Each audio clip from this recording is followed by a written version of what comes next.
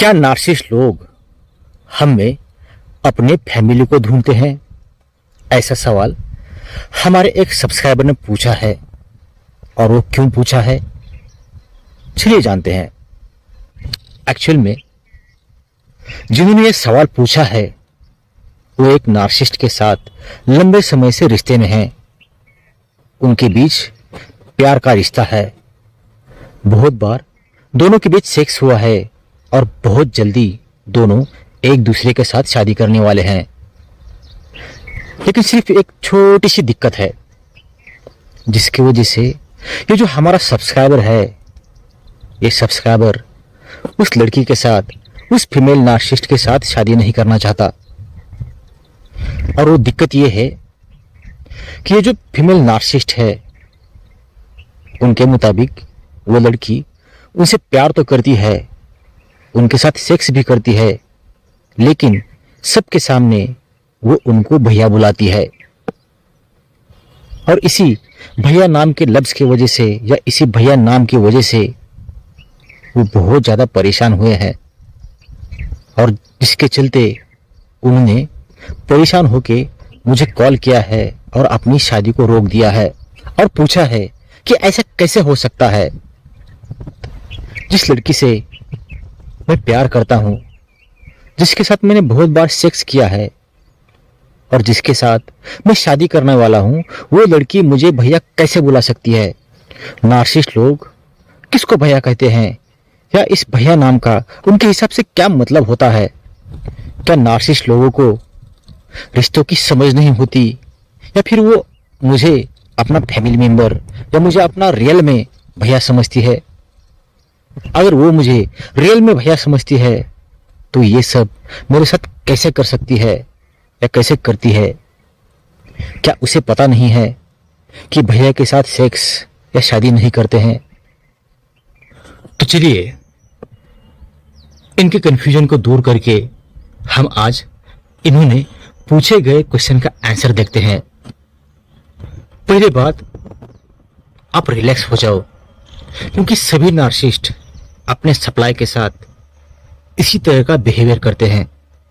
इसी तरह से वो अपने सप्लायर को परेशान करते हैं। अकेले में सैया और सबके सामने भैया कहने की उनकी आदत होती है। और ऐसा नहीं कि फीमेल नार्सिसिस्ट ही ऐसा हरकत करती है, बल्कि मेल नार्सिसिस्ट भी इसी तरह की हरकत करते हैं। वो भी सबके सामने आपको सिस्टर कह के बुलाते हैं। लेकिन सवाल ये है कि मेल या फीमेल नार्सिसिस्ट सबके सामने भैया या सिस्टर कह के क्यों बुलाते हैं?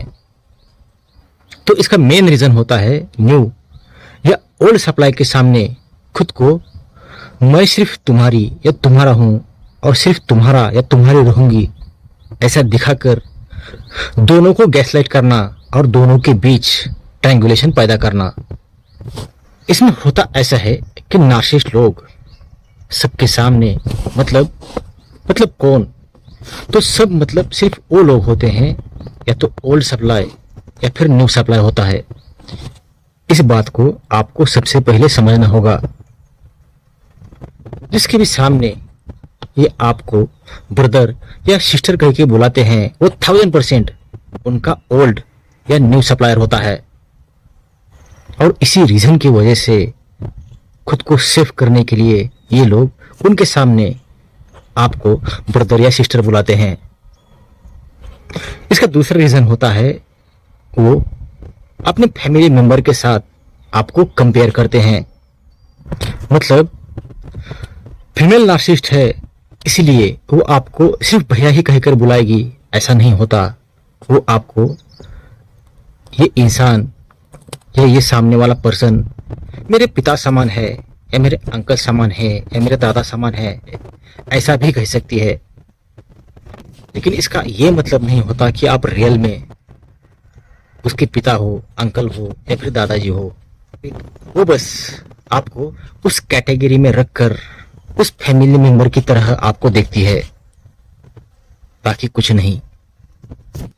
इसका तीसरा रीजन होता है, जिस भी इंसान का वो नाम लेती है, जैसे ब्रदर, अंकल, फादर या दादाजी, एक्चुअल में ये लोग उसके ओल्ड सप्लायर होते हैं, ओल्ड शिकार होते हैं। आपसे पहले उनका इसने शिकार किया होता है और आपको देखकर उनकी याद आने की वजह से वो बार बार आपको उसी नाम से पुकारती है, क्योंकि उसको आप में वो ओल्ड सप्लाई नजर आते हैं। इसका चौथा रीजन होता है आपको भैया कह के हर्ट करना, इमोशनली आपको अब्यूज करना, आपको दुख देना, दर्द देना, आपको टॉर्चर करना और पनिश करना।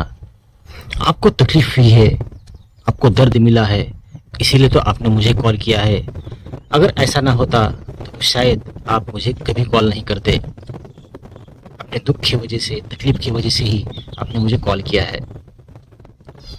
अभी आपको समझ में आया कि आपको नार्सिसिस्ट लोग जानबूझकर ब्रदर या सिस्टर क्यों बुलाते हैं। इसका पांचवा रीजन है इमेज, कैरेक्टर और स्टेटस। जैसे कि आप सभी लोगों को पता है कि नार्सिसिस्ट लोग अपने इमेज को, कैरेक्टर को और अपने स्टेटस को बहुत ज़्यादा संभालते हैं, बहुत ज़्यादा उसकी केयर करते हैं, आपसे भी ज़्यादा। और लाइफ में कभी भी और किसी के लिए भी ये लोग खराब नहीं करना चाहते। तो इसका हल क्या है? तो इसका हल है अकेले में आपसे सप्लाई लेना और सबके सामने आपको ब्रदर कहना या फिर सिस्टर कहना या फिर फादर कहना या फिर अंकल कहना या फिर दादाजी कहना, एक्सेट्रा एक्सेट्रा। इसका आखिरी और नंबर 6 का रीजन होता है फेक रिश्ता। मतलब जैसा आप समझ रहे हो, प्यार, मोहब्बत, शादी, ये सब आप ही की तरफ से है। उसके दिमाग में आपके लिए ऐसा कुछ भी नहीं है और ना होता है। वो बस आपके साथ मस्ती कर रही होती है, आपका यूज कर रही होती है। आप ही सोच कर देखो, जिस लड़की के साथ अगर आप सेक्स करोगे तो वो आपको सबके सामने भैया कह सकती है? बिल्कुल नहीं। चाहे उसकी जान चली जाए, वो सबके सामने आपको कभी भी भैया नहीं कहेगी या फिर फादर या अंकल या दादाजी नहीं कहेगी। लेकिन नार्सिसिस्ट लोग होते हैं, ऐसे ही होते हैं। वो अपने फायदे के लिए कुछ भी कह सकते हैं, क्योंकि कोई भी रिश्ता या कोई भी इंसान उनके लिए मायने नहीं रहता। अभी आप ये जो रिश्ते की गाड़ी का बोझ है, वो बोझ बस अपने ही कंधे पर ढो रहे हो, उसमें उसका थोड़ा भी साथ नहीं है।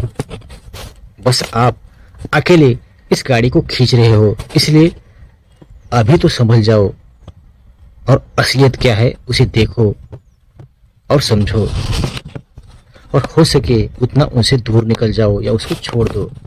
नहीं तो एक दिन आपको बहुत पछताना पड़ेगा। बस यही बताना था मुझे आज की इस वीडियो में। अगर आप किसी नार्सिसिस्टिक रिलेशनशिप में फंसे हैं और वहां से बचना चाहते हैं, तो बचने के लिए आप मुझे व्हाट्सएप पर कांटेक्ट कर सकते हैं, जिसके लिए डिस्क्रिप्शन बॉक्स में मैंने अपना व्हाट्सएप नंबर दिया है। वीडियो देखने के लिए और अपना कीमती समय देने के लिए आप सभी लोगों का दिल से धन्यवाद।